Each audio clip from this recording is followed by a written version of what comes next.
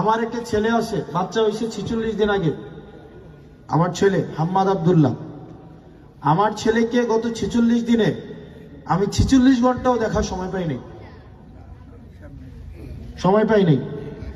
এ থাকে কার সাথে? সারাটা দিন মায়ের সাথে।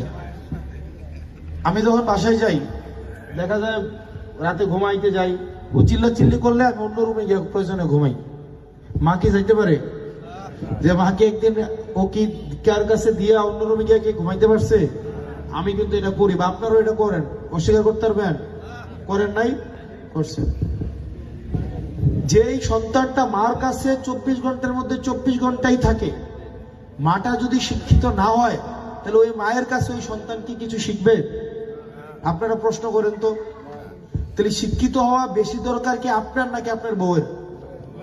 এবার আমরা মনে করি কি বউ যদি শিক্ষিত, এইটি বেশি বুঝবো, বেরিয়ে